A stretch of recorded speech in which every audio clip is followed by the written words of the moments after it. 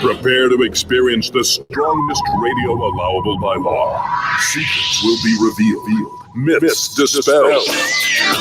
From the studio gym where excuses never apply, it's Superhuman Radio with your host, Carl Lenore.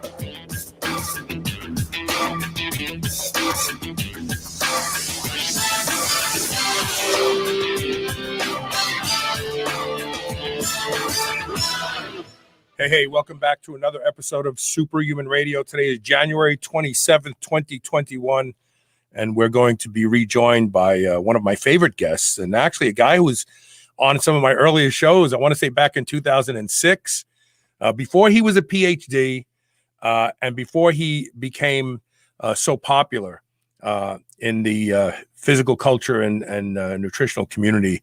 I was the first guy, I think, on the podcast to call him Dr. Layne Norton, because the first time he was on the show, he didn't have his PhD, and he had been part of Don Lemon's group up in University of Illinois, and they did a fantastic study comparing a variety of different proteins and which produced the greatest protein synthetic response in muscle. And then the next time I had him on, I had to call him Dr. Layne Norton because he had his PhD. But he's a guy who I have a lot of admiration for and respect for, because love him or hate him, he walks the walk. You can't say anything bad about this guy because he walks the walk. He's the real thing. So I'm going to be joined by him in just a moment. Of course, first I have to thank our title sponsor, Legendary Foods. This new tasty pastry it's not like a Pop-Tart. It's more like an apple turnover, and it's a birthday cake flavor. It's amazing. It's flaky, 20 grams of high leucine protein, 0 sugar. It's a great snack. shrnetwork.biz/legendary is the place to go. Use the code SHR10 to save 10% off, or win a box. We're giving a box away every day. You just have to listen during the commercial break. And when you hear the secret word, email it to onair@superhumanradio.net, and you're entered to win. We are giving boxes away. People are very excited. The odds are good of winning a box, so take advantage of that. And then this Friday, the return of Casual Friday after 4 years. Elisa Profumo is joining me again, and we're going to kick off Casual Friday again, which is always fun, where we get to poke fun and have strong opinions about stupid stuff in the news. And, of course, I always do my best to try to be funny. It doesn't always work out that way. But without further delay, let me bring my guest on, and that is none other. I'm going to call him Dr. Layne Norton. I know he doesn't get called doctor too much on his channel. But how you doing, man?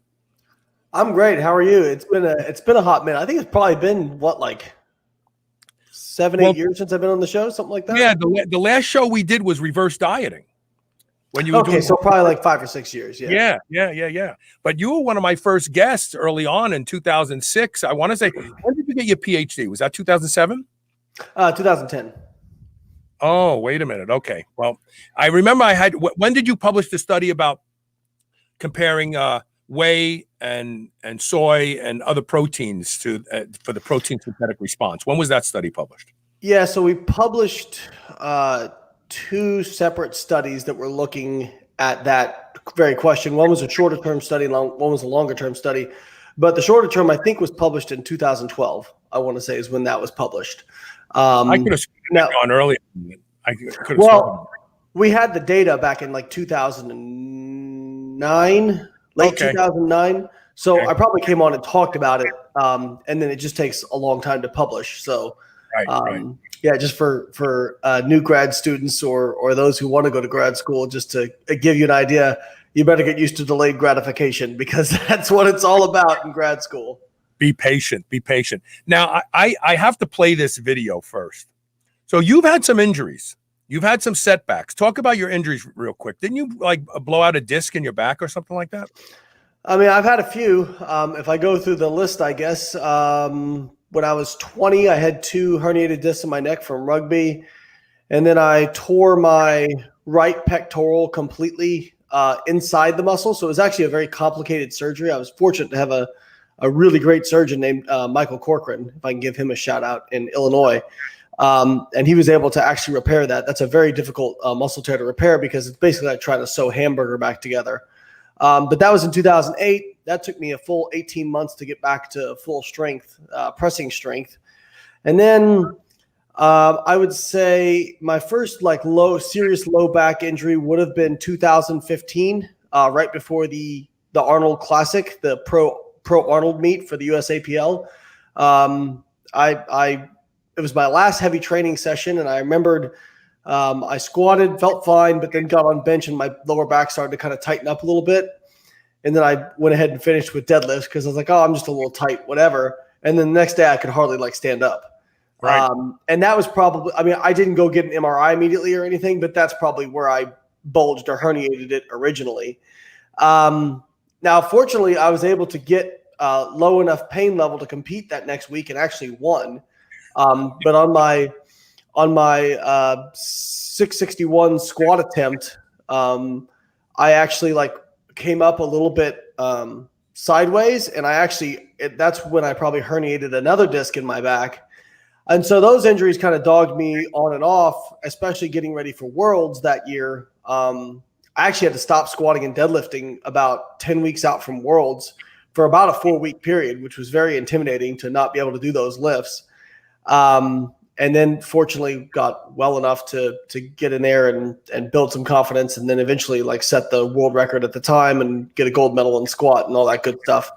And then after that, in early 2016, I had qualified for Worlds again. I was getting ready for the Arnold in spring, and I was actually on vacation in the Florida Keys, and I was doing a squat session down there. And I like on one of the reps, I felt like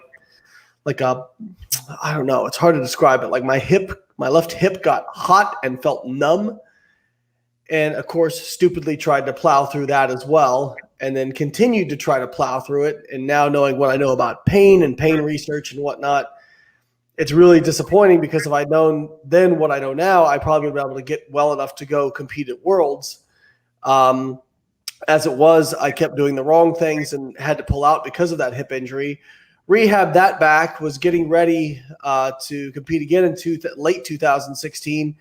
And then I hurt my back again, had that, rehabbed that back. And then in 2018, I had the worst back injury.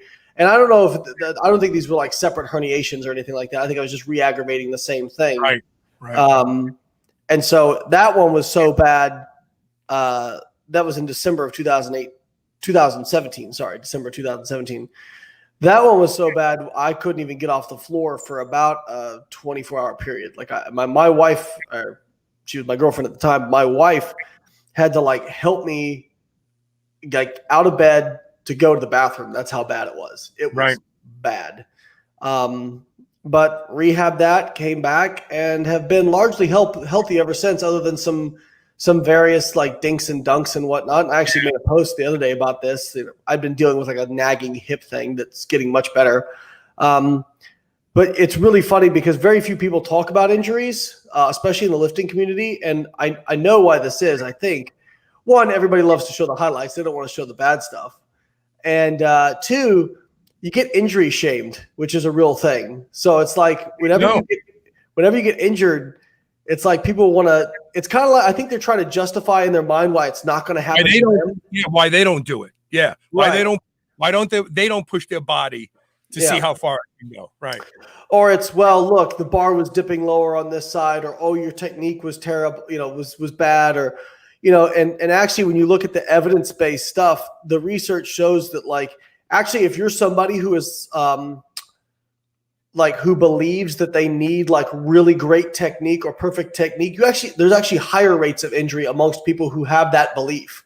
Whereas if you this is getting into the whole biopsychosocial model of pain, and I'm not an expert in that, but I've listened to a lot of experts on it. You need to visualize yourself as resilient. And we used to think that your body was just a bag of meat, connected to your brain. And if you burn the bag or poke the bag or punch the bag, your brain says, ow, that hurts. And now we know that that's not really how it works. In fact, you can have tissue damage and no pain, and you can have pain and no tissue damage. So Right. we do see that. So anyways, you get these people who injury shame you and just kind of like tell you why. It's almost like why you deserve to get injured. I had that too. And so the reality is like, listen, if you play any sport long enough and push it to the extreme, you are going to deal with injuries. I mean, I don't want to say every person because I can't make that claim, but I think the vast majority of athletes, even like look at golf, you would say, oh, well, it's golf, look at all the surgeries Tiger Woods has had.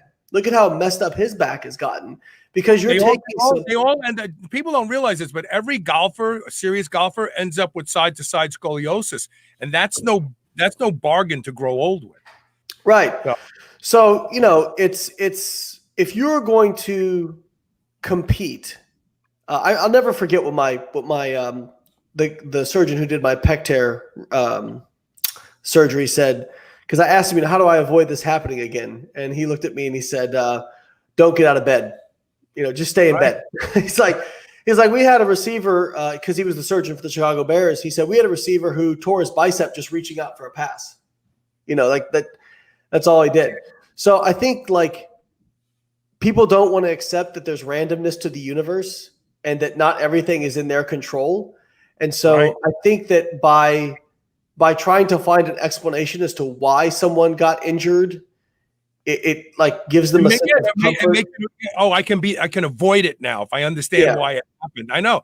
And it's funny. That's why we follow the weather, because the weather has been our arch nemesis since the beginning of the time. And we would love to be able to control the weather. That's our, we want to do that so badly. So this video I have here, this was a recent pull. This was a recent deadlift match. What did you just recently do?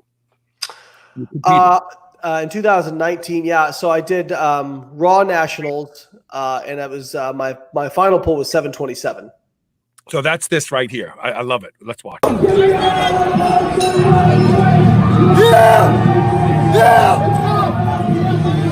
Yeah! Let's get him, Layne! Come on, Layne! You're not gonna beat him! Go!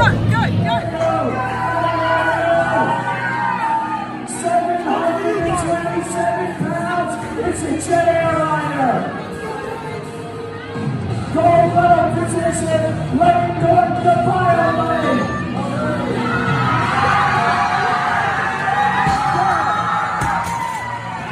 Give me a hell! Give me a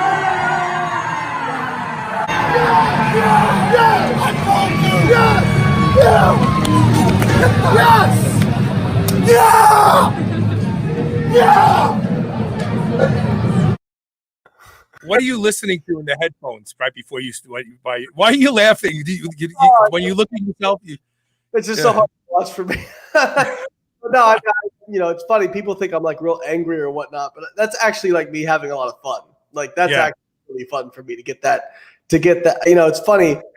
When I was in high school and I played baseball, I can remember this. I used to try to suppress the feeling of being nervous and try to push those butterflies away because I felt like that was wrong. And the total mind shift I had that made such a huge difference in how I performed. If you talk to people in the powerlifting community, one of the compliments I'll get is, I think it was Matt Gary. He's the head of the USAPL coaching committee. He said, when Layne Norton shows up, you're going to get A+ Layne Norton. You can't count on him to miss a lift because he's going to hit his lifts. And part of that is just, I get nervous like anybody else, but I now perceive that as a good thing. That is just an external reflection of like anxiousness and nervousness. But now it's like when I feel those nerves, when I feel those butterflies, it's a good thing. And I remember when I had that shift and I was watching The Ultimate Fighter. I think it was a season where Matt Serra was coaching against Matt Hughes. And one of his, I love Matt Hughes too. Yeah. One of Matt Serra's fighters was like getting violently ill before a fight, like throwing up because he was so nervous. And I'll never forget this. He's like leaned over the bucket. And he's like, I can't do this anymore. I hate this feeling. And Matt Serra looked right at him and said, what are you talking about, man? That's the feeling of being alive. And I'll never forget that. I remember. So whenever I felt those butterflies now, I say that's the feeling of being alive, because you care about something so much. You're that passionate about it. It makes you feel that way. So yeah, what I'm listening to in my headphones actually will surprise, I think, most people. I really love big, epic, emotional music. Right. So like that's instrumental. What I was listening to, it was actually it's actually the theme from a video game called Mass Effect 2, which is there's the end of the game. It's called the song is called Suicide Mission, and it's a very epic song. So Right. that's what I'm listening to. I mean, I listen to metal and that kind of stuff too, but I love big epic music. You know what's really funny? There's plenty of studies out there that show disinhibition is required for extreme strength displays. That strength displays from a kind of like a social construct. We're not supposed to display strength. We're supposed to be modest, and so vocal disinhibition is one of the first triggers of disinhibition. And the fact that you're yelling, you don't care what anybody thinks, it's like it actually makes you stronger. People don't understand that. People think that that's theatrics. It's not. It's actually effective. It's amazing. Yeah, there's actually like scientific research. Like if you want to lift more weight, there's a few things you can do. One is yell or Right. at least like vocally express yourself. Listen to music. That's another thing that increases strength. And also have the opposite sex present or have people in general present. Like that's people look at it like vanity, but hey, it is what it is. I mean, there's a reason that, like I tell people, I don't get like that fired up in the gym. Like every once in a while I'll get pretty fired up, and if I'm going for a big lift, but it's also like a little bit of pressure because it's like, people are looking at you. So if you don't hit it, you're going to look really dumb, Yeah. But yeah, I mean, people are individuals. We're talking about data on average, right? There are some people that are very introverted, that sort of thing. If you made them lift like that, that might actually, they're able to get there, internally. A guy I can think of, that kind of looks like he's about to take a nap when he walks up to the bar is Mike Toucher, who's a multiple-time USAPL champion. He looks like he's just going out for a stroll. About the most fired up I've seen him get is he clapped his hands once before a lift. But we had this conversation. I said, if you tried to lift like me, you would lift less weight. And if I tried to lift like you, I would definitely lift less weight. I mean, I get so much out of that kind of psych up. Like, I really do. It's almost like unfair, to be honest. I mean, you can ask my friend Paul Ravella, who used to train with me all the time, and he'd say, so many times I've seen you grind out 500-pound warm up on a squat, your final warm up set for a single, and then you'll go crush 560 for 7 reps. He's like, and it just doesn't make any sense. And I'm like, no, it does make sense. One, I was just doing the lift, and the other one was life or death. You know what I mean? At least in my mind, Right. No. You're absolutely right. We're going to talk about diet today because I think you're one of the sanest people on the planet when it comes to diet, right? So a lot. Well, no. I know. Look, I know that you're in your face kind of guy and tough love kind of guy, but the reality is you're a person who says, look, man, eat what you want within reason. Yeah. You can still lose weight if you do certain things.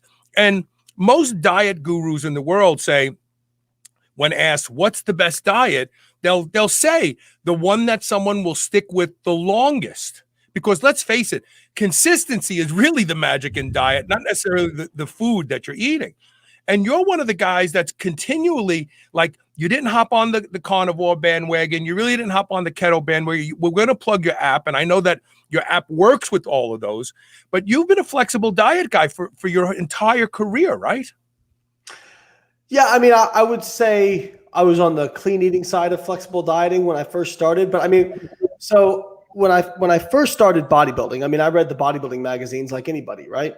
And, but I couldn't afford to get I was in college. I couldn't afford to get fresh caught organic salmon, and all this kind of stuff. And it's so funny. I feel like now looking back, these guys probably didn't eat that either, or a lot of them probably didn't eat that. It's just they wanted to find a way to come up with the cleanest diet possible to explain to people that, it's not the 2 grams of test a week I'm taking. It's the fresh caught organic salmon.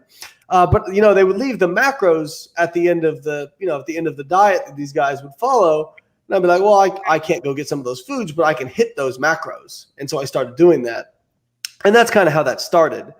But what's funny is, people, I think a lot of the diet zealotism comes from a good place insofar as people have something that worked for them. Right. And because we view everything through our own prism, and this gets into politics too, because this is part of the reason the country is so divided. We can't understand how that wouldn't work for somebody else, right? We can't understand how somebody else wouldn't think like us, right? So if you have, for me, flexible dieting worked for me. Like for me, I used to try to eat clean. And what would happen is when I exposed myself to a non-clean food, right? So like my roommates bring home pizza or something like that. I couldn't just have one slice. If I ate it, I would just end up like eating as much as I possibly could. Right. And that's actually called a disinhibition reflex in the scientific literature. Whereas when I said, I'm going to stop worrying so much about trying to be clean, and I'm just going to focus on hitting my macros. And if that means I have a non-clean food every once in a while, well, the funny thing is I actually probably ate less junk food because I allowed myself to do that, because I wasn't having these huge blowout binges. And it was funny, years ago, I was going to debate a guy about flexible dieting versus clean eating. And my opening argument, I had screenshots from his Facebook of his weekly cheat meal. And I was said, you said clean eating is better than what I do. Here's how much junk food I eat a week. Here's how much junk food you eat in your cheat meal. You actually get more calories from the junk food you eat than I do. So how do you explain that? So somehow that one day doesn't matter, or, whatnot. So for me, if you tell me, you can have the foods you want as long as you're fitting it within your budget, allowance, I don't have any problems with compliance. It's easy for me. It actually is. Like to get super shredded is difficult because it's difficult for everybody. But my wife even commented, like when I last November, I did kind of what we call it a shred with Layne promotion, because I hadn't done like an actual physique photo shoot in a long time. And we were like, we could use some new images. So I got pretty darn lean. And my wife even commented, she's like, it's disgusting to me how easy this was for you, that you didn't even really complain about the diet. I got a little like irritable near the end and a little bit of brain fog, but I wasn't like ever like, oh my God, I miss this food so much. I just can't wait to have this. Like, it wasn't like that. And so that works for me, but probably circa like 2010, 11, 12, whatever, I started to drift a little bit towards zealotism insofar as, because it worked so well for me, I just thought that this would be the solution for everybody. But here's the thing. When you actually coach people and you talk to people, and if you actually pay attention, you find that, what worked for you won't work for somebody else necessarily. And when we always say that, and we think what we mean is physiology. People say, well, that diet didn't work for me. We're not that different physiologically. No. Like really, there's been diet studies, like the Diet Fit study looked at different polymorphisms on genes and how people reacted to high carb versus low carb. And they honestly didn't really find anything impressive. They thought they would, they didn't. When people say what worked for me, what they really mean is this felt very easy. This felt the least restrictive for me. And you find that with anything. You've got people who say, I tried flexible dieting, the whole trying to hit my macros, like it gave me anxiety, but I did intermittent fasting and that just, I wasn't even hungry, or people say keto, I went on a ketogenic diet or low carb diet. I never had any hunger. It felt easy. And what I always tell people is find the methodology that feels the easiest. Like we get caught up in the margins, and people really major in the minors when it comes to diet. Because, I always come back to this. If you lose a significant amount of weight, so let's, not people like me who are already lean, once you're that level, then we can worry about like all right, your saturated fat intake versus your fiber and all this other like minutia, right? But if you're overweight or obese, if you lose weight through whatever methodology, your blood markers will improve, most likely. I mean, look at Dr. Mark Haub. So he was a Kansas State professor. He did the Twinkie diet. So he did an 1,800 calorie diet. I think like almost 60% of it was junk food. Like the calories were junk food. He lost 27 pounds in 12 weeks and all of his blood markers improved, right? And we have this data. There was a meta-analysis by Naud in 2014 where they looked at diets that were equal in calories. So the inclusion criteria was they had to compare diets that were equal in calories but varied their carbohydrate and fat intake.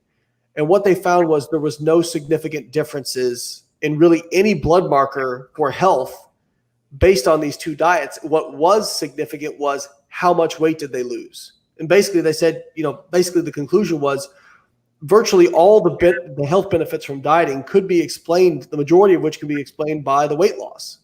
So, when people talk about, this causes inflammation, this does that, adipose tissue causes inflammation. Yes. Adipose tissue secretes adipokines. Those are pro-inflammatory. It's an orchestra of stuff coming together. But when people try to pick out isolated macronutrients or isolated nutrients, and you're just really disappointed with the results when you look at them. I mean, like sugar, for example. I mean, people will say, well, sugar is pro-inflammatory. Not if you equate calories. It's not. Now, is it easy to overconsume foods that are high in sugar and thus get more calories, get more adipose, and become more pro-inflammatory? Absolutely. So people will strawman what I say. I'm not saying that you should eat a lot of sugar, right? Right. But what I'm saying is, and I think it's important for people to understand that you don't have to have so much food anxiety. And I see that a ton. Like so people are so afraid to eat anything. And I think it actually stops a lot of people from even trying because, this Netflix documentary said, I can't have any carbohydrate. This one said, all animal products are bad. And, people, they go, well, I can't, I don't even know where to start. And it seems like anything's going to kill me. So I might as well, just, fuck off and do whatever. Oh, right. No, okay. It's okay. Yeah. So I think that like what I've tried to do is say, listen, like there are certain things, like I don't want to totally dismiss it. There is some evidence that there could be some mechanisms where sugar independently could lead to a higher rate of cardiovascular disease. But I mean, when you equate everything and you're talking about this, it's very, very small. Well, especially if you point out, especially if you're successfully losing weight and you're reducing that metabolic debris that's causing so many problems, then the change that sugar potentially could invoke is probably negligible when you net everything out. And I also think that over the past 15 years I've been doing this show, there's a lot of people who want to forget about calories. The calorie isn't a calorie discussion. It's like, no, if you're eating protein, you can overeat protein and you won't get fat. That's not true. If you eat more energy than your body uses, then it has to store it as a surplus, and that means it turns it into fat. And so we come full circle now to, oh wow, a calorie does matter. It kind of seems like, to me at least. I don't know. Yeah, and I think part of that is people don't understand the actual argument. They make a lot of straw man arguments. So I'll take the one I always get. When I say that calories matter and that it is calories in, calories out when it comes to weight loss. One, people confuse that and they'll say, well, I lost weight without tracking calories. Okay, but that's calories in, calories out. We're talking about your energy intake versus your energy expenditure. And then they say, well, my watch said I burn, 2,500 a day and I was eating 2,200 and I didn't lose weight. Well, you're assuming that your watch is actually accurate. Right. Like if you didn't lose weight here's the other thing that messes people up is they'll weigh themselves sporadically and they'll go, oh, well, I did this and I gained 2 pounds or whatever. Well, did you weigh yourself every single day and take the average of those weights for the week? Because that's what I do. And I can tell you that those fluctuations, like people say, well, I can fluctuate 10 pounds in a week. maybe from like one day to the next and morning to night. But if you're taking the averages, you don't see those big fluctuations typically. You might see a couple pounds, but for the most part, you don't see that. So that confuses people a lot when they see that. Or, they'll go to an online calculator that's going to give them their calorie deficit. They'll plug it in, they'll follow it, they don't lose weight, they assume, calorie deficits don't work. No, it just means that prediction, that estimation of what a calorie deficit should be for you is not accurate for you. So I think that's where a lot of people get hung up on that. And the other one is when you say calories in, calories out, a lot of people say, well, you saying that 200 calories from M&Ms is the same as 200 calories from a chicken breast. No. Well, here's the rub. Calorie is just a unit of measurement. So all calories are equal. Like saying, a calorie is not a calorie is like saying, okay, $1 is not $1. It's just a unit of measurement, right?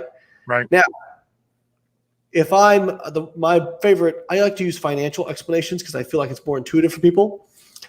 If I take my dollars and I invest them in a Ferrari, that's not a very good investment. Depreciating asset, it's not going to bring me a lot of returns, if any. If I invest those in good growth mutual funds, I'm going to get a lot more back.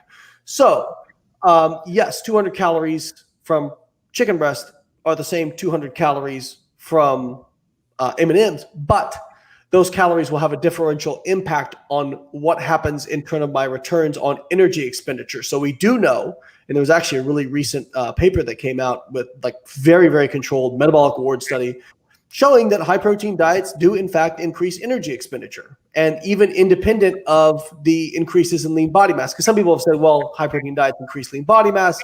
That's why you see an increase in energy expenditure. And it looks like, yes, it does do that, but there seems to be an independent effect as well. The metabolizing protein is a net loss type of a thing on the body. It takes more energy to metabolize it and turn it into something, either an energy substrate or to turn it into something it can store.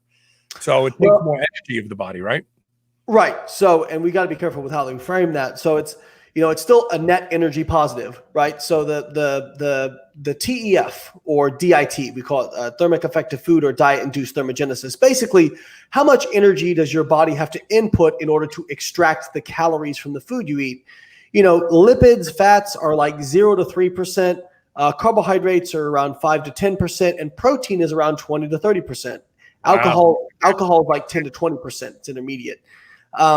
So when you are taking in protein, you are expending more energy, but you're still getting a net out of the calories you eat. Like you're still getting a net. Now, protein also has benefits for lean body mass, so there's also that to consider as well. But yeah, of course, high protein diets have benefits. Nobody's going to argue it, but that's not the same thing as saying that calories matter. And people also, they say, you made the comment, people will claim you can't overeat protein. You could probably overeat it to the point where you would gain fat, but it's very hard to overeat protein to that amount. I mean, anybody who's ever tried to eat a really high amount of protein, like say 2 grams per pound of body weight, I mean, it gets to be like a job at a certain point. It's a lot of protein. And that's great for satiety. Some people love that for satiety. But now the question, interesting question is, could you store those? Whenever people say, you can't store, X is fat, I'm always like, well, what do you think happens to those carbons that you take in? Do they just vanish into thin air? They got to go somewhere. If energy goes into a system, your body, it has to come out somewhere. All right. Or be stored, right? We lose, it's you lose it in sweat, you lose it in your breath, you lose it in your urine, you lose a little bit in feces, that sort of thing. But it's got to come out somewhere. So if there's something that you're making this claim about, where's it going, right? Right. That's what I always use to break down some of these claims. Well, when it comes to protein, what's probably happening. The carbon skeletons from protein, do you actually store those as fat? I think it's probably a very low amount. I mean, we know that the carbohydrate in a normal diet, the amount of carbohydrate that gets stored as adipose is very, very low. It's less than 2%. I think there was an overfeeding study where they overfed people by, I think, like around 1,000 calories above their maintenance from carbohydrate. Or no, sorry, it was from a mix of carbohydrate and fat. And they found that I think the people stored like 282 grams of fat in a day. And of that, 278 grams of it was from dietary fat. Wow. Whereas only 4 grams was from de novo lipogenesis. Now, if you completely cut out dietary fat and you pump carbohydrate up enough, trust me, the body will adapt, ramp up de novo lipogenesis, and you'll store a hell of a lot more of it. But in a normal mixed diet, you don't really store much carbohydrate as fat. So I doubt that you'd store much protein as fat either, because the pathway to get to adipose for the carbon skeleton from protein would be similar to that of carbohydrate, except for the ketogenic amino acids. But what protein would do is provide a caloric cushion for the dietary fat or carbohydrate you eat to be stored as fat.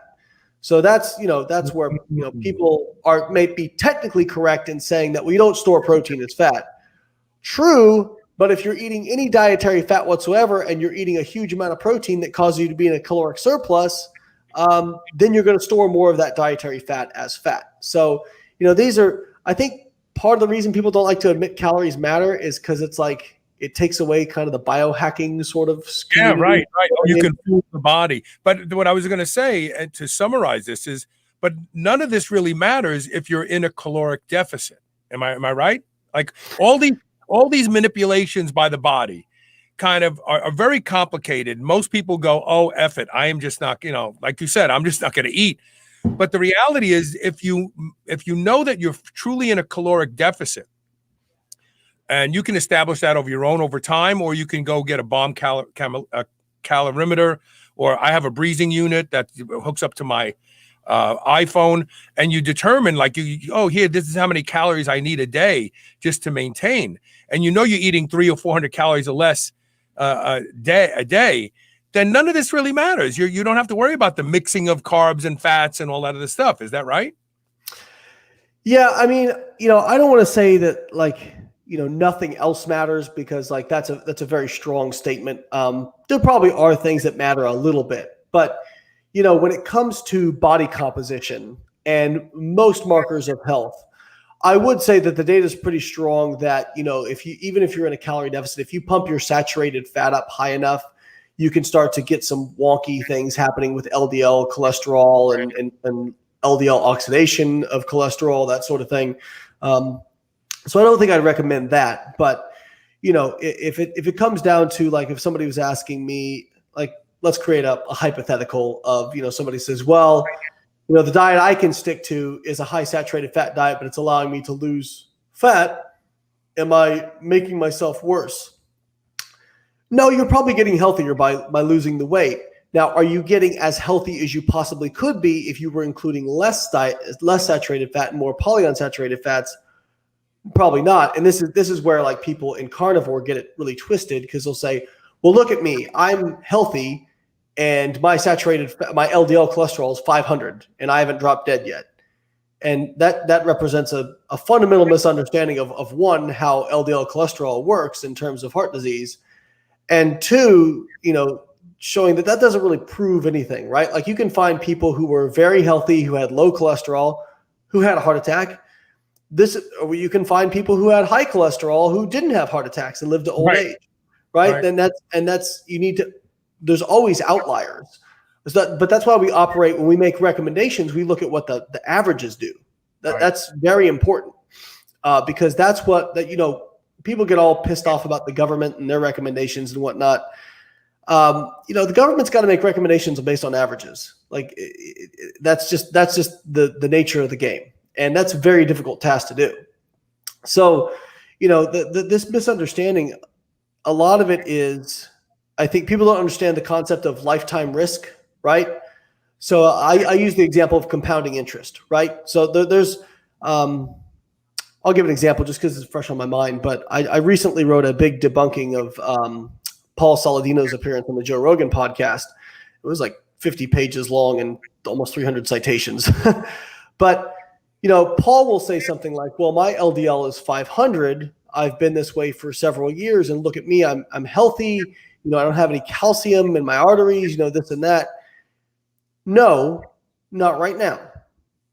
But and he may very well be pretty healthy, but is he as healthy as he possibly could be if his cholesterol was lower? Probably not. Now, people will look at like these randomized controlled trials where they do high saturated fat versus low saturated fat, and they say, oh, well, look, there was no difference in outcomes. Well, yeah, but you can only run a randomized controlled trial for a couple of years. Eating, having high LDL is not the difference between dying at 80 and dying at 40. It's the difference between dying at 80 and dying at 75, on average. Like, that's the difference. And what I'll use the example is it's like compounding interest, right? So if you have two people and they both invest $8,000 at like, let's say 25 years old, and one person is getting 6% interest and one person is getting 7% interest. Well, if you look at them after 3 years or a couple of years, there's not going to be much difference in how much money they have. Like, they're just not.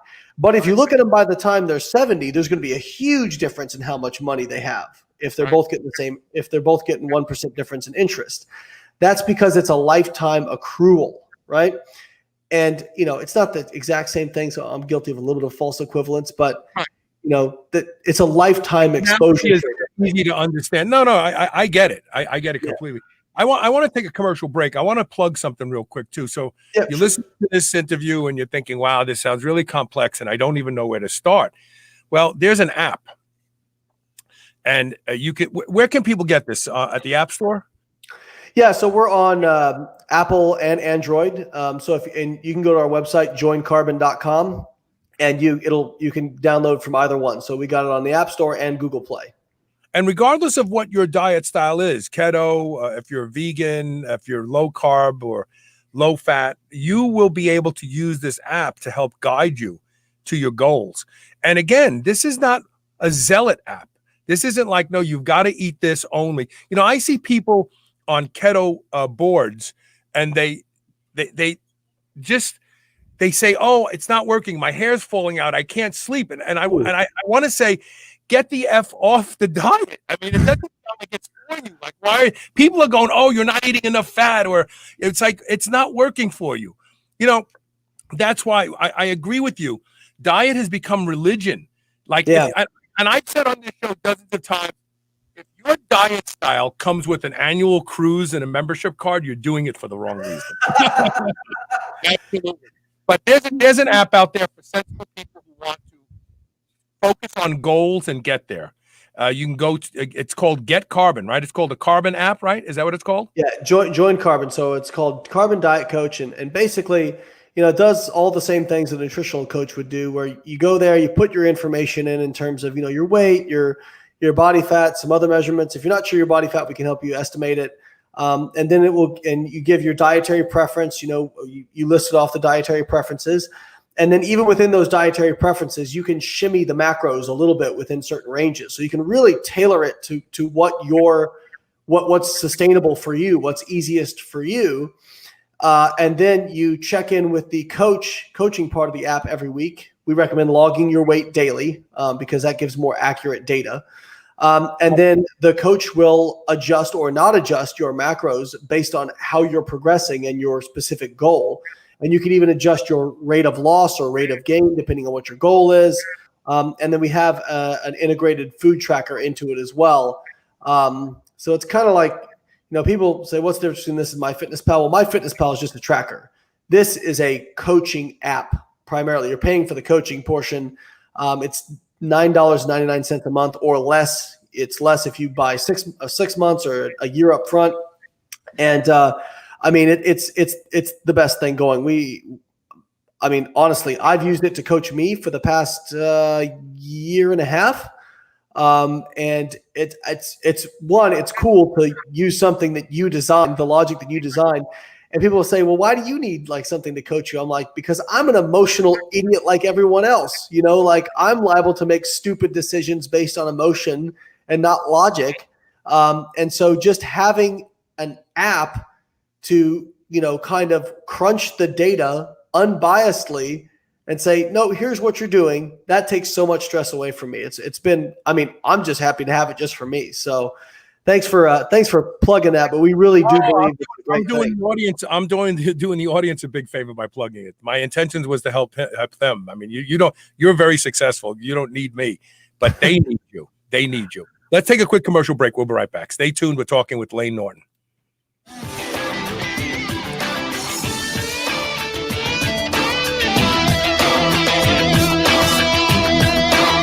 Getting a massage post-workout is a proven strategy to facilitate better recovery. Getting to massage therapists can be difficult and expensive, especially in these times. The solution is the Meteor, a heated massage ball from Milestorm. Reduce pain and soreness and expedite recovery with the Meteor's research-backed vibration settings and therapeutic heat. It's convenient for travel and works on any body part. Go to shrnetwork.biz/Meteor and use code SHR15 for 15% off and free shipping if you buy 2 or more. Start recovering better today. Being superhuman means being conscientious about the choices we make. White Oak Pastures is superhuman when it comes to raising livestock. They're committed to animal welfare, land regeneration, and rural revival. They responsibly manage the entire process from the pasture to your doorstep. High-quality, pasture-raised, great-tasting meat from a farm you can trust. Full nose-to-tail selections. They even have options for your pet. Go to shrnetwork.biz/whiteoak and use code SHR20 to save 20% off your entire first order. January is World Carnivore Month, and more people are finding the carnivore diet alleviates the symptoms of autoimmune disorders as well as digestive and gut problems. But there's one issue. The carnivore diet is called the low residue diet because you're not eating plants and you're not getting fiber. And the protein takes longer and longer to digest. Some people notice that they are very constipated in the early phases of their carnivore diet adventure. Well, I have the solution. It's a product by Bioptimizers called P3OM. P3OM is a probiotic that is specifically designed to digest protein. In fact, P3OM doubles its population in your gut every 20 minutes, making it easier and faster to digest the protein you're consuming on your carnivore diet. If you find the carnivore diet is hard for you to stick to, don't give up. Just add P3OM into the mix and you'll love it. Go to shrnetwork.biz/P3OM and use the code SUPERHUMAN, that's SUPERHUMAN, and save 10% off today. Anagram.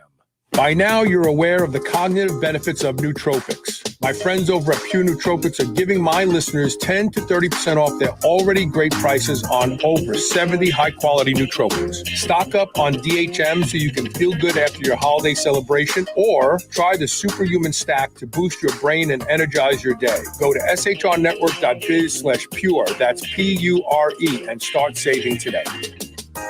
Are you ready to change the way you age? Of course you are. That's why you're here. Juvicel is a new first-of-its-kind dietary supplement that includes 10 key research-backed ingredients shown in studies to support lifespan. Things like resveratrol, fisetin, quercetin, pterostilbene, sulforaphane, turmeric, all in a single dose. You may have some of these ingredients already, but Juvicel is the first to combine them all into a single product to support your lifespan. It's vegan, non-GMO, and sustainable. Live better longer with Juvicel. Go to shrnetwork.biz/live better. Use code SHR and save 20% off today. TaylorMade Health is focused on making sure you're able to perform and look your best. They are a leader in game-changing supplements and cosmetic products. Whether you want to increase strength, expedite recovery, facilitate soft tissue repair, or reduce deep wrinkles, TaylorMade Health has you covered. TaylorMade Health is also the home to Dr. Seed's products such as BPC, BPC Plus, and the Chill Pill. All of my listeners can now get 20% off their first order with code TRY20. That's TRY20. This code can even be used on subscription orders. Visit shrnetwork.biz/try20 today and use code TRY20 for 20% off your first order.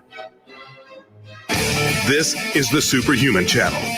Evolution just got kicked up a notch. Welcome back to Superhuman Radio. We're talking with Superhuman and Layne Norton. I got to make a plug real quick here. We're giving away 5 of these Meteor massage balls. I have one right here. I use it constantly. It's a fantastic device. You can carry it with you. It's heated. It has 3 different massage settings. If you go to shrnetwork.biz/free Meteor, you are entered to win 1 of 5. Give it a try. I love my Meteor. So, are there any confounding factors when we talk about successful dieting. One of my favorite things to talk about when people say, well, I have the thrifty gene. I can't lose weight. And I say, and this is pretty crude, but you'll probably like it because you like these kind of things. I say, if you look in a prisoner of war camp, there's never this one fat guy. Like, Joe, they're starving him. The guy's still 300 pounds. I don't understand it. Oh, he has the thrifty gene. Like, when you starve people, they all get skinny. But are there any confounding factors here that we have to take into consideration? Maybe menopause for women, anything like that? So great question. And yes, there are some things that do make a difference. And certainly not everyone has the same level of energy expenditure. Otherwise, we'd all have, relatively similar physiques or body fat levels. So let's look at a big picture. So you have your total daily energy expenditure is how many calories or how much energy you exert on a daily basis, which fluctuates, but it's basically made up of your resting energy expenditure, which is just basically how much energy it costs to keep the lights on, right? Like keep your organs working, blood flowing, all that good stuff. And that actually turns out for most people is the majority of their energy expenditure. Anywhere from 50 to 70% of our daily energy expenditure is resting energy expenditure. Then you have your NEAT, which is kind of non-purposeful movements throughout the day. So if you're like a fidgeter or you pace, like things that you're not trying to do, unintentional movements is probably the best way to describe that, which that's actually a pretty significant portion of our energy expenditure. And I'll touch on this a little bit later. Then we have our TEF, which we already discussed. That's only like 5 to 10% of our daily energy expenditure. And then you've got whatever exercise you throw on top of that. Now, if you've got some of these Olympic athletes who are training, 6 hours a day, their exercise may be the biggest portion of their energy expenditure, compared to resting energy expenditure. But for most people who aren't training for hours a day, resting energy expenditure is the greatest variable. So those are the basic four. All right. Now, what I'll always say is, okay, if you are a slow metabolism or you have something that's causing you to have difficulty losing weight, then it has to be impacting one of those variables. Like there's not, this isn't magic. This isn't wizardry. Those things account for our daily energy expenditure. So let's take something like, for example, that does make a difference, like thyroid hormone, right? So people with low thyroid, I think the lowest I've seen in the literature is it can decrease their resting energy expenditure by about 25%. Okay. Now that's pretty significant. All right. That's if you do the math, it ends up being something like 300-400 calories a day for the average person, which is significant. But that doesn't mean you can't lose weight. That just means it's harder for you than the average person. And additionally, you can get treatment for that. You can fix that to where it's normal and should be not impacting your energy expenditure anymore. And actually, what I find a lot of is there's a lot of people who claim they have hormone problems who don't actually get their hormones measured. And I think the reason for that is because they're afraid if they get them measured and find out that there's nothing wrong, that they won't have an excuse anymore. Anything to blame on. Yeah, right. Yeah. So, and again, I'm not saying there isn't, people will say, well, it's insulin or whatever. And I'll say, well, look at the studies where, they like inject insulin. It actually tends to increase energy expenditure, if anything. So I don't think it's insulin, now you could argue like some of, actually, this is a great example of this. So there was a recent meta-analysis that came out from a guy named Ludwig out of Harvard, big low carb proponent. Yeah. And basically, the conclusion was he was reanalyzing a study from Kevin Hall. I don't know if you're familiar with Kevin Hall's work. But Kevin Hall did a meta-analysis of 28 controlled feeding studies. So basically, the inclusion criteria was the food had to be provided to the participants because we know how difficult compliance can be in diet studies. And they had to measure body composition or energy expenditure. Now, basically, Hall's meta-analysis showed that there was really no difference when protein and calories were equated. There was no difference based on the carbohydrate and fat content of the diets in terms of energy expenditure or fat loss. And actually, it favored the low-fat diets slightly, very slightly. But in my mind, it not a physiologically relevant amount, if that makes sense. So Ludwig reanalyzed this and said, okay, well, I want to look at the studies that were longer than 17 days. Okay, this arbitrary cutoff, 17 days. And he said, well, people weren't low carb adapted. They weren't keto adapted. So when you include those studies, when you separate out those studies, the studies longer than 17 days, he showed that, actually there's this significant increase in energy expenditure on low carb diets. And of course, the low carb community took that and went crazy about it.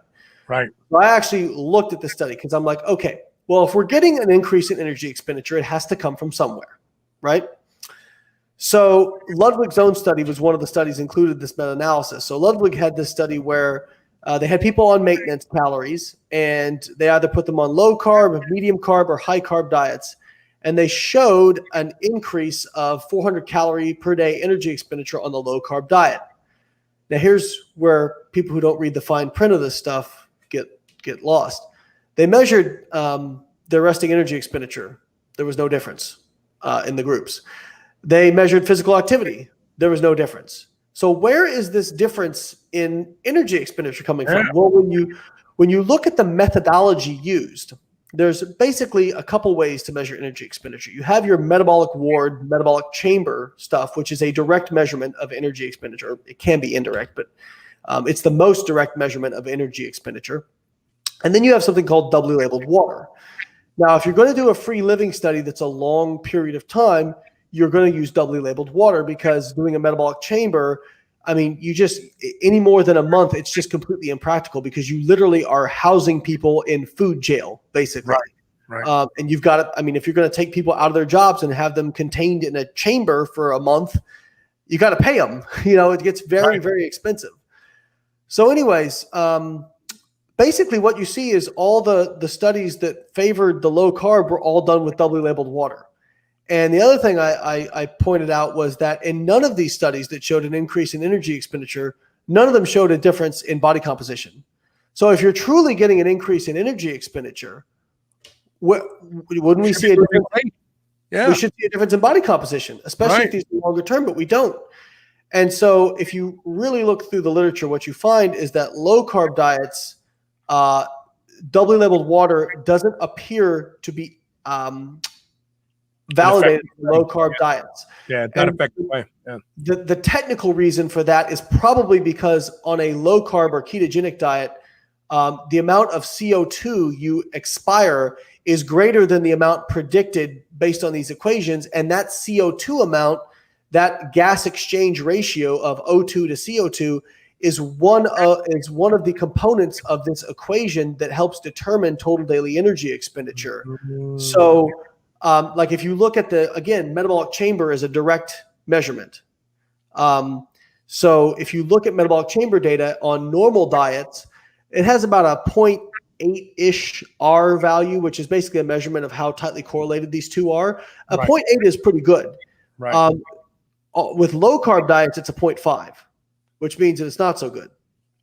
So again, all that to kind of wind back to say that if you are having trouble losing weight, there is either you're eating too much. Now, when I say that, people get really offended because they think I'm accusing them of being gluttons. Right. No, I'm saying that you might be eating too much based on your goals and your current level of energy expenditure. I'm not saying you're a glutton. Okay, so please take your emotions out of it. If I'm trying to get ready for a bodybuilding show and I have stopped losing weight and I'm eating 2,000 calories a day and I'm exercising for an hour and a half a day, I'm not being a glutton. I'm just eating too much for my current goal. And too much could be a couple hundred calories a day, because over the course of the week, that's 1,000 calories. I mean, or it's actually more than 1,000. So we're talking about small amounts here, right? Well, this is the thing that this is the uncomfortable part of this conversation that I have to have with clients quite a bit. People say people lie. I don't know if it's a case of lying so much as people are terrible at estimating how many calories they eat.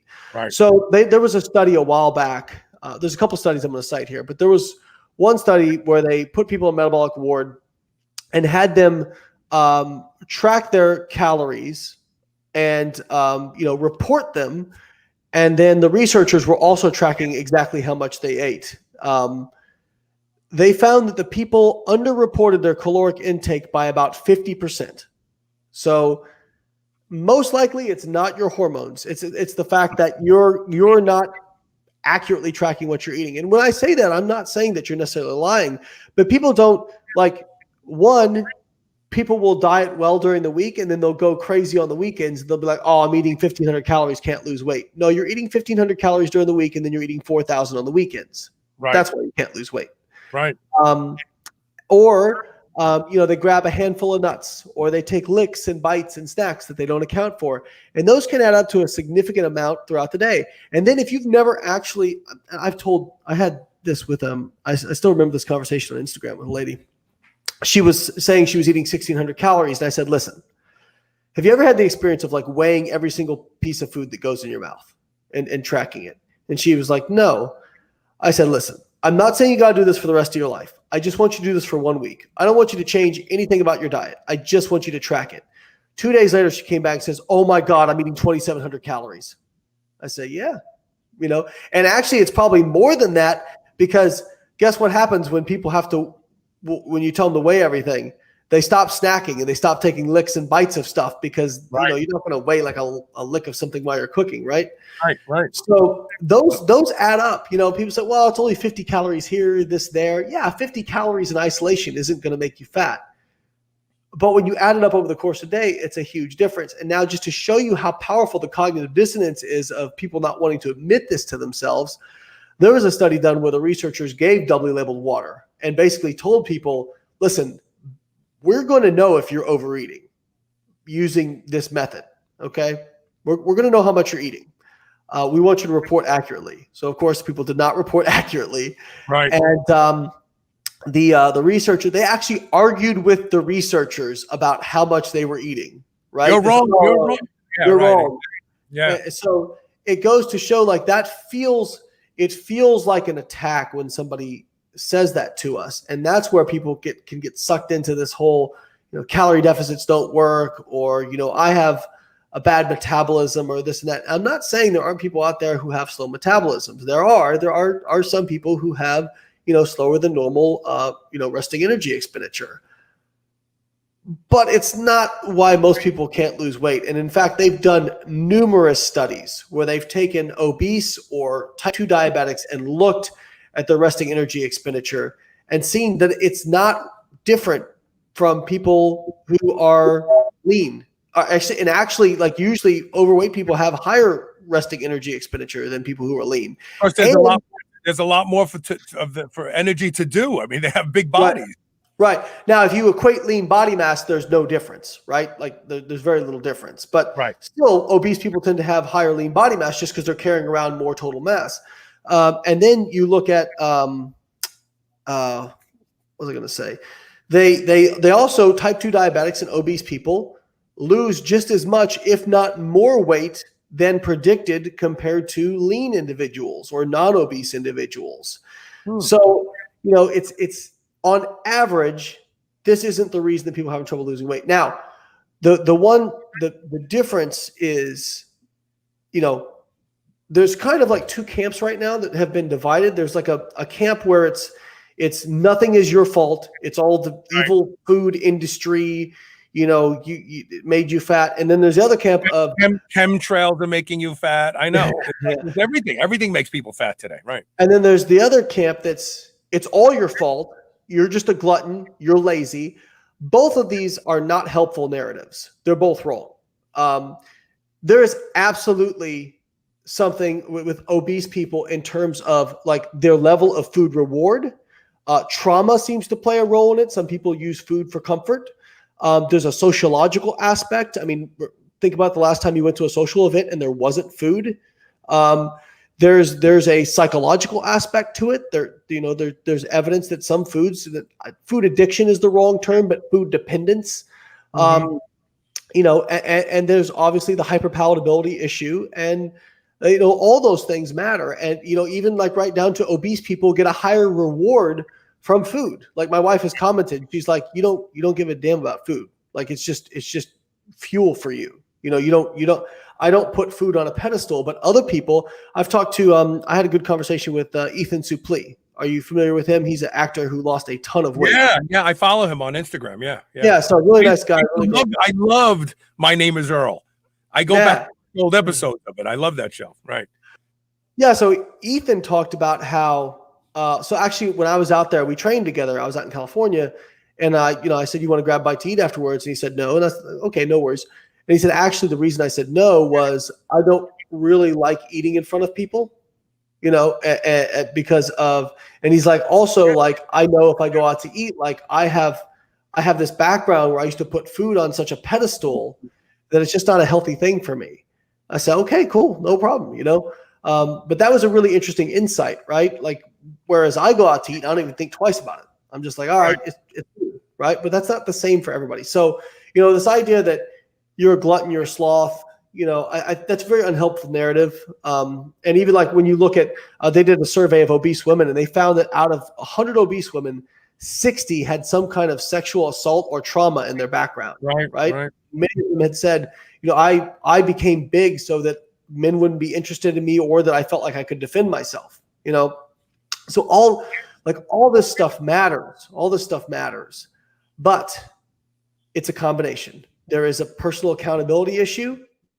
And there's also the issue of, all these other things as well. Right. But the good news is if you do eat good, healthy foods and you watch your calories and you're diligent about it day in and day out for months, one of the things I love to talk about is I was 330 pounds. When I first did the show, it's because I had saved my own life. I was getting ready to have a pacemaker and I found weightlifting and I found clean eating and I lost 100 pounds. And one of the things I like to talk to people about is I didn't become 330 pounds overnight. It took me a decade. And if you think you can do this for a decade and become overweight and then flip a switch, buy a meal, buy a supplement, and in 6 months, you're going to be able to go to the beach, you're wrong. If it took you 10 months, years to shed that fat. The people are too ambitious, or if I don't know if it's the deception in the diet industry, but people think that it's just going to boom, I'm going to look great in a couple months. Well, if I can draw another financial comparison, it's kind of the fad diets and these products and whatnot. It's kind of like people who want to get rich quick, right? And so it's like buying lottery tickets to get rich, or it's like, yeah, sure. I mean, somebody's going to win, but it's not going to be you, right. Based on the statistics, or it's like, the weekend courses you can take learning how to flip houses that the government pays for and only work 4 hours a week and make six figures. Like, come on. I mean, yes. Is there one or two people out there who that would work for? Yeah, of course. But like for the vast majority of people, they lose their ass doing that sort of thing, pyramid schemes, because it's what works for success on average financially is very boring. It's very boring. It's about being consistent. It's about saving. It's about making sacrifices in the short term so that you can have more in the long term, right? And so I think that's very unsexy for a lot of people. Yes. And I think there must be some kind of secret. And, I try to tell people there is no secret, there's no secret. It's and people they get confused. The answer is simple, but that doesn't mean the implementation is simple. Right. Because if this is another financial comparison I make. Yes, you need to eat less calories, move more, right? If you want to create a calorie deficit. So why are people fat, right? It's not an information thing. Well, why are people broke? Right. If you spend more than they earn, right? Yeah. I mean, when I was making $20,000 a year as a grad student, I was actually saving money. I saved a little bit of money every month. Now, I didn't have much of a life, and I didn't go out and do much stuff, right? So sacrifice, but I was able to do that. It just meant a lot more sacrifice than when I was making, over six figures, right? So I could afford to be a little more wasteful. And I think that's a big component that people miss out on, that this idea that there's some quick fix or something that's like, no. if you failed a diet, think about all the times that diet didn't work. It wasn't because you didn't have the perfect macronutrient ratio, or you ate past this certain time, or your fasting window wasn't long enough. It's because you just stopped doing it. It's because your habits and behaviors were incorrect. And you just talked about it, Carl. You got overweight over a 10-year period. You built habits and behaviors over that 10-year period where some of this stuff was just autopilot. I'm sure there were some things you were doing, like eating certain calorie-dense foods in certain situations, that were simply autopilot. I mean, I know I'm a Ph.D. in nutrition. When I transition from like a bulking season to a cutting phase, it will take me a couple weeks to get out of my bulking habits, right? Like when I was bulking, I would have a bowl of ice cream every night. And then when I get in the cutting, I'm like, I like go to have my bowl of ice cream. I'm like, oh shit, I can't do that. That's not right. Yeah, like I can do it, but it's going to make it much harder for me, you know? And then the other thing is, like, I just got out of this cutting phase where I did the Shred with Layne thing in November.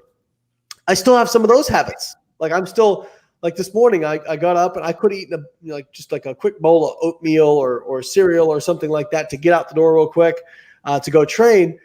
But I made up some rice cakes with the protein cookie butter, and then I did like a lot more effort than I normally would, because I've still maintained some of those habits from that weight loss phase. Right. And I think that's the biggest thing, right? When it comes to spending and saving, no one out there would argue. I don't think anyone out there would argue that if you want to save money, you need to earn more than you spend. I don't think anybody would argue or more realistically, spend less than you earn. A lot of times we can't earn more, but we can spend less. That's in our control. Correct. And that's kind of like calories. You can eat less, even if you can't move more. But so why are people broke? I mean, they have that information. Why can't they just not be broke? Because their habits and behaviors. The same reason somebody goes on a food binge is the same reason somebody goes on a shopping binge, because they're trying to placate that trauma or pain, or not deal with their whatever's bothering them, right? So it's not an information problem. It's a habits and behaviors problem. You know, it's the same thing, going and getting a Starbucks every morning, right? Like I listen to a financial guy, and I don't agree with everything he says, but I think he's kind of like a little bit like me for finances, named Dave Ramsey. Oh yeah, One of the things he said that really resonated with me was, when people have a lot of debt, he recommends paying the smallest debt first, and then the next debt, and then the next debt, and the next debt. And people have said, that's stupid. Why wouldn't you just pay off the highest interest rate first? And he said, because if we were doing math, we wouldn't be in this situation, right? That's like people who are like, why not just do an all protein diet? Because that's, higher TEF. And it's like, well, you're doing math, but if we were doing math, you wouldn't be in this situation, right? It's a habits problem. It's a habits problem. So trying to get you some quick wins, trying to change your habits. That's as I was writing my book, Fat Loss Forever, one of the things that it's so funny. When I write, I learn so much. When I want to learn about something, I end up writing about it, because I just learn so much. Like every debate I've been in recently, I end up writing a big article afterwards, because I just learned so much, going through that process. Right. And, writing that book, I really realized, man, all these diets, like if you look at them, there was actually a recent meta-analysis. There's been 2 meta-analysis looking at like different named diets. So different popular diets, Mediterranean, plant-based, Whole30 or whatever, you pick a ketogenic, Atkins. And they basically show that there was no difference in long-term weight loss with any of them. They were all pretty equally terrible. Right. Not because they don't work, but because, people have trouble sticking to a particular diet. But when they did a regression and they looked at, okay, of the people who were compliant over the long term to those diets, what happened? Well, they found that compliance almost was perfectly associated with weight loss, almost perfectly. And what the conclusion of the authors on both these studies is the individual should choose the diet that they feel like they can adhere to. The same, and sure. I tell people, do the diet that feels the least restrictive to you, that feels the easiest to you.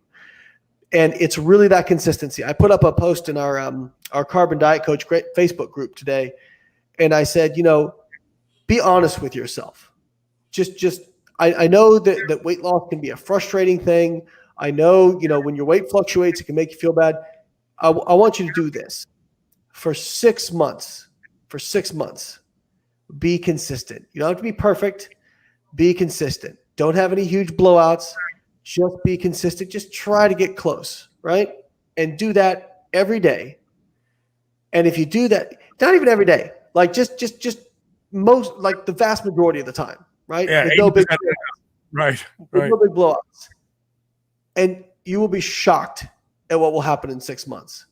Because when you failed before, it wasn't because you didn't have all these little variables in check. It was because you went on vacation for a week and you fucked off and did whatever. That's why. And you came back and you were 10 pounds heavier. And here's the interesting thing about that. People always find a reason to derail their success. Case in point, they just start a diet. Oh, but this weekend we promised to go out with so-and-so and her husband. And then they get back on the diet. And then it's like, say no to those things. If look at Ethan Suplee, right? Mm-hmm. Regardless of how anybody would say, oh, that's weird or whatever, he knows himself. He's not going to let himself get derailed. He doesn't care. He's like, no, I know it works for me. But people won't do that. It comes full circle to what you said, why people are broke. People know that if they spend more than they earn, they're going to be broke. And people know if they eat more than the energy they expend, they're going to be fat. But they always find a reason that they have no choice but to derail themselves. Carl, you brought up a really good point just there. And there was actually a systematic review that just came out by a Ph.D. candidate named Marie Spreckley. I'm going to give her a shout out. Actually made me feel really good. She said she read my book, Fat Loss Forever, and it inspired her to go back and do a Ph.D. and do this systematic review. So pretty awesome. Like that's where, honestly, like those are some of the best compliments I can get when I find out that other people say I went and did a PhD or a master's because of you, or like I love hearing from students. That's the best thing in the world, because they're going to go out and they're the ones that are going to go change the world by how many people they impact. So she did a systematic review of people who lose weight and keep it off. Like, what are these characteristics? What do these people have in common? And, the same old things came up with self-monitoring, cognitive restraint, a lot of these things. But the one thing that I hadn't heard before that was interesting was they talked about how they had to form a new identity. They had to form a new identity. And I think a lot of people want to keep portions of their old identity. And we go out on the weekends, and I on Friday I go for drinks and do this thing. Right. Now, I'm not saying you can never do those things. That's not what I'm saying. But what I'm saying is, if you think you can keep the habits and behaviors you had and make this change, you're kidding yourself. Right. That you have to, as Ethan Suplee says, I killed my clone today. You have to kill your clone. That person is gone. You have to be a different person. And that's very, very hard for some people, because even though they want to lose weight, they don't want it more than they want their comfort zone. Yes. And listen, do it for 6 months, like you said. Okay, you can go out for drinks and do all those things, just not for 6 months. It's not forever, just 6 months. Or you have to do things like, for me, like I'm a flexible dieter, right? But if I'm going out to a restaurant, not right now, because I'm eating about 3,500 calories a day. I've got quite a bit of flexibility. And also, shameless plug for Carbon, in our calorie planner, you can, adjust different days. So you can have higher or lower calorie days that will automatically adjust your other days. So I do that for the weekends. I give myself more flexibility on the weekends. So I can have, 4,000 calories. So I'm not really limited by what I can do. But if I was dieting, and we were going to go out somewhere, and I had a limitation on what I could have, well, I'm going to find out what the restaurant is. I'm going to look up what they've got before I get there, and I'm going to have a plan when I get there. Now, Again, that might seem weird to some people, but hey, I'll take a Dave Ramsey quote. Normal is fat, broke, and stupid. Be weird. Okay. Yeah, I love it. The thing is, if you want something you've never had, you've got to do something you've never done. Right. Yeah. Now, taken too far, you can get into disordered eating patterns for sure. And I don't recommend those. That's not a good idea. You don't want to become somebody who obsesses about food. But there's a difference between obsessing about food and saying, okay, I'm going to take 5 minutes, look up what's online here, because I'm still going out. I'm still being social. I'm still, I tell people, like, I had ice cream every week when I was doing Shred with Layne. I ate popcorn. I ate all the foods I loved. I had beer every week, but I just had to plan for it, and I had to budget appropriately, right? It's the same thing. Like if I want to go buy a new car, I can go buy a new car, but if I want to keep on my budget, I've got to trim back in some other places. So it's very much like that. And I think that I want to reframe it for a lot of people, because I think personal responsibility is really intimidating for a lot of people. Yeah, it's almost like blaming them. It's like it's all your fault. Yeah. And look at it as empowering, because if there's no personal responsibility, if the food industry really made you the way you are, all these things made you the way you are, then you're not able to change. You have no hope. That means that you're fated to what you have. And that's not true. Yes, some of us start on the 50-yard line, some of us start in the 10-yard line, some of us start in the 1-yard line, but everyone can get to the goal. Okay. It might be harder for you than somebody else. Like, for example, I might have it easier than other people because I don't have that huge reward from food like some people do. But you are still able to make changes. You have free will. You can do that. But look at responsibility as freedom. Responsibility is freedom to change and make changes. In your control. I want to take our last commercial break. We have a couple questions from viewers, and I want to ask you your opinion of the continuous glucose monitors. Do they have a place? I just finished a 15-day stint with one, and it's fascinating what food nothing I eat spikes my blood sugar. It's amazing to me, but that's just me. Stay tuned. We'll be right back with more of Layne Norton.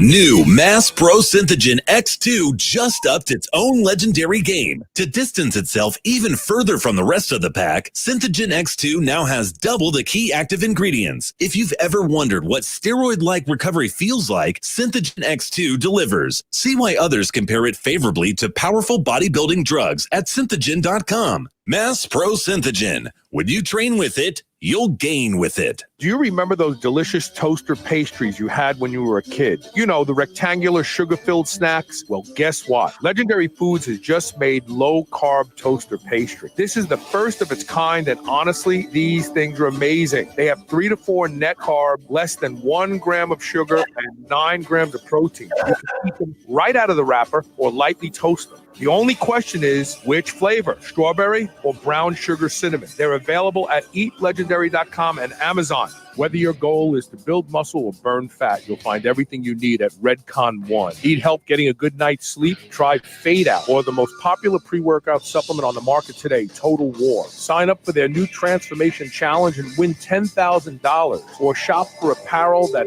people at the gym will know that you are serious about your training. Need a testosterone booster that works? Check out Boomstick. Whatever you need, you'll find the best quality supplements on the market at Redcon One. Go to redcon1.com. That's REDCON, the number 1.com, or go to superhumanradio.net and click the Redcon One banner ad today. TaylorMade Health is focused on making sure you're able to perform and look your best. They are a leader in game-changing supplements and cosmetic products. Whether you want to increase strength, expedite recovery, facilitate soft tissue repair, or reduce deep wrinkles, TaylorMade Health has you covered. TaylorMade Health is also the home to Dr. Seed's products such as BPC, BPC Plus, and the Chill Pill. All of my listeners can now get 20% off their first order with code TRY20. That's TRY20. This code can even be used on subscription orders. Visit shrnetwork.biz/try20 today and use code TRY20 for 20% off your first order. Anagram. New Mass Pro Synthogen X2 just upped its own legendary game. To distance itself even further from the rest of the pack, Synthogen X2 now has double the key active ingredients. If you've ever wondered what steroid-like recovery feels like, Synthogen X2 delivers. See why others compare it favorably to powerful bodybuilding drugs at synthogen.com. Mass Pro Synthogen. When you train with it, you'll gain with it. This is the Superhuman Channel, where brawn and brains finally meet. Welcome back. We have a couple questions we're going to answer. Well, first, my question: what do you think of the CGM? Continuous glucose monitors, I think probably useful for some people who are, type 2 diabetics or borderline type 2 diabetics. In the long run, if you lose weight, as you said, Carl, like nothing really spikes your blood sugar. That's because you're very insulin sensitive because you lost that weight. But I think people in the initial time frame, if they're, very concerned with trying to get their blood glucose down, I think that's fine. I think that, again, if they lose enough weight, most of them will have, they'll have normal fasting blood glucose and become insulin sensitive, and they won't have to worry about that. Because, when you lose weight, one of the things people don't understand is one of the biggest reasons you become more insulin sensitive is because of your fat cells, not because of your skeletal muscle. Your skeletal muscle is usually pretty insulin sensitive. Your fat cells become more insulin sensitive. And that means they can clear that glucose, which you can perceive as a negative thing. But it also means that, like, if you're a lean person and you've got these kind of so small, I've done a lot of studying about adipocytes in the last 10 years. Small adipocytes are very insulin sensitive. Large adipocytes are very insulin resistant, which also just completely blows apart the carbohydrate insulin model of obesity. Because if your large adipocytes are insulin resistant, it means that if insulin was really so powerful in causing fat gain, we lost you. You dropped out. You said if your large adipocytes are insulin resistant, pick it up from there. Yeah, so you would actually it'd be easier to lose weight, which is what we do see. Is if you're overweight, it actually tends to be easier to lose weight, at least initially, before you incur metabolic adaptation and those sorts of things. So I think continuous glucose monitors are fine. I think they're a reasonable, tool, especially if somebody's wanting to get their blood glucose under control. If they're high risk or they've just had some kind of health problem recently. But in the end, for most people, the weight loss is going to be what actually improves their overall, insulin sensitivity and whatnot. Okay, so Robert Thompson is asking, first of all, how do you feel about dairy in general? And then he's saying, is whole milk healthier than 2% or skim? The recommendations today are conflicting. So here's the problem. You have to define what healthy means. So Right. Healthy is kind of a nebulous term. And I always tell people if it can mean anything, it means nothing. But without going down that rabbit hole, I would say that I think whole milk is probably fine, but it is very calorically dense. It does have a high saturated fat content. Most of the studies that are kind of conflicting are these different observational studies or cross-sectional studies. I think I would say that on balance, if we're looking at the risk of heart disease, cancer, and weight loss, probably skim or 2% is a better choice, only from the perspective that there's less saturated fat and there's less total calories. That certainly doesn't mean that you can never have, whole milk. It's just, if it's something that you're having a lot of, then you'd probably want to consume it'd be like eating lean meat versus very fatty meat, right? Like you can have a fatty steak every once in a while, but if you're eating it all the time, it's going to be really hard to lose weight or keep it off. And as far as dairy goes, there's a lot of people make claims about dairy. I think a lot of this comes from, honestly, vegans who want people to stop, eating dairy.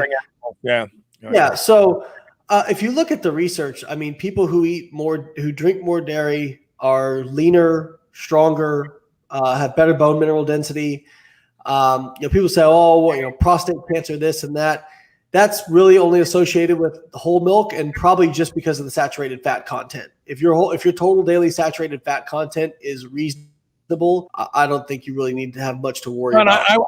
I would also submit, and I'm not as studious about this stuff as you, and what I'm about to say is maybe anecdotal, but I would also submit that milk is probably involved only from the standpoint of obesity. I have a feeling that obese men have a higher rate of prostate cancer in general. And then when they do these studies and do you drink milk? Yeah, I do. It's like, okay, so that correlates. Did they ever do a study where they showed that the milk is causing prostate cancer? Yeah, they control for a few variables, but again, I think it's probably more so the saturated fat content. So if you're total daily saturated fat, like if you want to have whole milk, for example, well, maybe that means you're not eating ribeye for your meat. You know what I mean? Right. It's a balance. It's a budget. Now, again, when we try to look at isolated nutrients, we're just really disappointed with the results. What you see is there's patterns of eating that are healthy or unhealthy. So if you take somebody, people talk about processed food. You can have processed food and be just fine. But most people who are, eat the Western diet are eating a lot of processed food that is calorically dense, over-consuming calories, not exercising. They're more likely to smoke. They're more likely to drink. They just have overall really unhealthy lifestyle behaviors. Right. If you're somebody who's exercising an hour or two a day, you get enough sleep, you limit your stress, you control your calories. You don't like some of this other stuff. Just stop worrying about it. It doesn't matter in isolation, right? A great example of this. There was a recent cohort study in Alberta, Canada, where all these studies show that red meat is associated with cancer incidence, right? And so they did they had different quartiles, I think, of red meat intake and fruit and vegetable intake. And what they found was that at the highest level of fruit and vegetable intake and the highest level of meat intake, there was no difference in cancer risk compared to the lowest intake of meat when fruits and vegetables were high. Okay, so now if you were at the low intakes of fruit and vegetables and compared the meat intakes, you had higher risk of cancer in high meat, low fruits and vegetables versus low meat, low fruits and vegetables. But this points to the fact that it's eating patterns that determine our outcomes. People who eat a lot of meat tend to eat less fruits and vegetables, okay? And they also tend to have other unhealthy lifestyle behaviors. So you can make that argument for whole milk and whatnot. So it's one of those things where I was biochemistry major as an undergraduate, so I love mechanisms. That's stuff I geek out over. But when you try to do isolated mechanisms to translate it into whole body results, man, it just gets super disappointing when you look at the research. It really, I think the human body is so redundant and so robust, and that's why we've been here so long, through millions of years of evolution, that for you to get unhealthy, barring some kind of genetic, mutation or something, it takes a lot. And actually think about what has to happen for you to become type 2 diabetic. You really have to beat on your body for a while. You know what I mean? Years and years and years. Yeah, 10 years, right? 10 years of beating on your body with unhealthy habits and lifestyle. Right. That's a long time. I mean, you can, think about unhealthy spending habits. You can drain a 401k pretty darn quick. You know what I mean? But the human body is very robust. I mean, even smoking, you start smoking, it's not like tomorrow you're going to fall over dead, right? The human body is very robust. So I want people to think about eating patterns. People say, can I have red meat? Can I have this? Can I have that? You probably have most anything as long as it's, moderation in your balance, and on balance, you're also eating a lot of other healthy foods. And you're doing those other things, right? You're doing the right. I mean, I tell people my top 6. I think it's 6. Forgive me if I'm wrong. So here's my rules to live as long as you can based on your genetics. Don't eat like an asshole. Don't smoke. Limit alcohol consumption. Get enough sleep. Limit your stress. Sorry, 5. Oh, and exercise. So 6. Right. And exercise way further up the chain. It could be number 1 or number 2. Right. You do those 6 things, you're 99% of the way there. Okay. And then now we can start arguing about some of this other stuff. So Bill Bergman, he asked this in 3 different segments. So he says, is there a skinny fat solution for ectomorphs? I lost 8 pounds and haven't lost any belly fat, really. What should I do? And I'm not overweight at all. Can I take a shot at this? Because I think I've absorbed a lot of intelligence from this interview. So here's what I think you should do. I think you should get the Carbon app. Did I do that right? Am I right? It's great. So, Bill, I think one of the things to keep in mind is that you probably have lost some belly fat. It just may not be visually apparent to you. If we went in and did an MRI of your stomach, I would bet that you've lost some belly fat.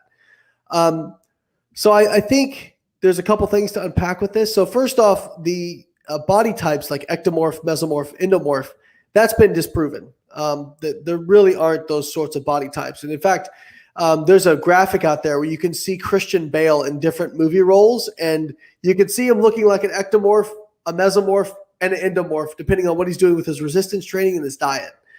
Same thing for Jared Leto. Like Jared Leto has been like emaciated in movies. He's been muscular in movies, and he's also been like obese in movies. Right. So, you can manipulate your body to look like any one of those. Now, as far as skinny fat, I think that there's, that's probably somebody who just is a low responder to resistance exercise, right? So those do exist, people who don't gain muscle as quickly as people who are high responders to resistance exercise. So first off, I would say, Bill, make sure you're doing an evidence-based, resistance training program, because that's going to do more for enhancing your body composition than anything else out there. I find so many people get hung up on diet and they don't even pay attention to the resistance training. And if you're interested, we do have a product for that on my website called the Layne Workout Builder, which puts together evidence-based training templates that take the guesswork out of it for you, $12.99 a month. And then as far as diet-wise, everyone has areas of body fat that they don't lose as quickly from. And I wish we had an easy way to remedy that, but for the most part, it's just if it's an area, like for me, it's my lower back and my abdominals and glutes when I'm getting real lean for a contest. Mm-hmm. And I just have to diet for longer. It sucks. It's the facts. Some people lose it like really evenly distributed. Good for them. It may just be the last place you lose it from, I'm afraid. Yeah, I agree with that. But again, these apps are there. Another thing is it's kind of like that old joke, hey, God, let me win the lottery. Every night I pray and I never win. And then God says, hey, well, why don't you help me out and buy a ticket? People want advice and they want help. And then you say, well, there's this app and this app. If you're not willing to plunk down a couple bucks to increase your knowledge and not knowledge based, I'm a big believer that if I buy a book and I get one thing out of that entire book that stays with me, that was a worthwhile buy for me. And, it's not supplements. Okay. It's knowledge. It's knowledge. And an app like this or the other one, the workout app, it'll give you the knowledge. You may not have to subscribe forever. You may only have to subscribe for 6 months or a year, because once you get that pattern, then you're on autopilot, just like I was when I was a fat bastard. I was on auto. I used to go through Wendy's and I would go to the girl, give me 3 double stacks on 1 bun. She'd say, what? Yeah, I want 6 patties on 1 bun because I didn't want to eat all the bread. That's how I resolved my guilt. I had a diet Dr. Pepper and I didn't eat all the bread, but I had a burger about this big. So, yeah. Well, you did probably save yourself a few hundred calories, so there is that. Yeah. No, I mean, that's one of the things. I mean, honestly, our app is great. The Workout Builder is great. If you're somebody who's struggling with like really long-term habits, behaviors, honestly, my book, Fat Loss Forever, I've had so much feedback from people who have lost over 100 pounds after reading that book. And people who have told me, there's actually a guy who lives right here in Tampa named Tommy. And he was actually a musician who almost died. Like he was in diabetic ketoacidosis. He almost died. And his friend told him, hey, you got to check out Layne. And so I actually used to train in the same gym as his friend, Bill. And Bill's like, you should check out Layne's stuff. And, we talk now quite frequently, but he's like, the other day he told me, he's like, man, when I read your book, he's like, it made everything click for me in terms of why I got this way. Why he's like, it wasn't judgmental. It wasn't, pushing any particular diet as the end all be all. It was just presenting the information in a very palatable way. And so again, I don't want to, I truly believe in the products I sell. And I mean, I sell supplements too. We have a line called Outwork Nutrition, but I will never tell people that supplements are the answers to their problems. Right. I look at supplements and that's the very tip of the iceberg, right? Like train a little harder, recover a little faster. So Right. if that's important to you, great. Gives you that But- extra 2-3% profit that you're looking for. So if people want to go and they want to buy the app, they want to buy the book, they want to buy the supplements, do they go to biolayne.com? Yeah, so we have so many different products and whatnot that we actually have a landing page that shows everything that we sell. So if you just go to biolayne.com/IG, that will bring up everything. But the app is joincarbon.com, and you can find us in the App Store, the Google Play Store. My book is Fat Loss Forever. I also have a competition prep book called The Complete Contest Prep Guide. I have the Complete Reverse Dieting Guide, or sorry, my wife and I wrote that together, the Complete Reverse Dieting Guide. And then our supplement line, Outwork Nutrition. And then I also have a couple of courses for coaches called The Science of Nutrition and Training the Physique Athlete. And I'm actually currently working on putting together a coaching certification that will likely be accredited. So for people out there that will be focused on body composition specifically. So those are kind of what we sell and what we're doing. And, we're trying to we also have a team of coaches that we've also trained. So if you feel like you need like more one-on-one support, we actually have a promotion running that right now called the Diet and Lifestyle Remodel Challenge. We hate normal like 8-week fat loss challenges. Like we didn't want to call it that. So that's why we call it the Diet and Lifestyle Remodel, because our coaches, when they take on people, they're trying to teach them the habits and behaviors so that they don't need to stay with this coach forever. That we always say we try to teach people how to fish. We don't want to give I them was just a going to fish. say, teach a man to fish. That's exactly what I was just going to say. Right. Teach a man to fish. If you give him a fish, he eats for a day. Teach him how to fish, he eats for a lifetime. Right. And that's kind of what we do. So we have a promotion right now where you can get 16 weeks of coaching for the price of 12, plus free access to the BioLayne Workout Builder, and you're entered in and a chance to win an all-expenses paid trip to Tampa and come hang out with us for a weekend. So yeah, it's a pretty cool promotion. And, if they're interested in that, they can go to biolayne.com/coaching and they can send an inquiry.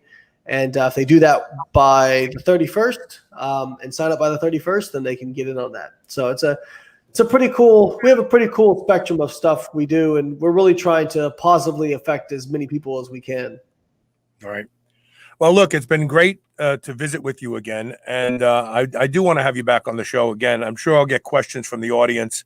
If you have questions for Layne, send them to onair@superhumanradio.net and we'll get them back on the air. It's been too long. Let's not do that anymore. Okay? Yeah, for sure. I've always enjoyed our conversations. All right, Layne, you take care of yourself and we'll talk again soon. Okay, brother? You too, Carl. Thank you. Take care. All right, that's it for today. I'm off tomorrow because we'll be prepping for Casual Friday. Elisa and I are very excited to bring that show back to you. So tomorrow, no show, but Friday, don't miss it.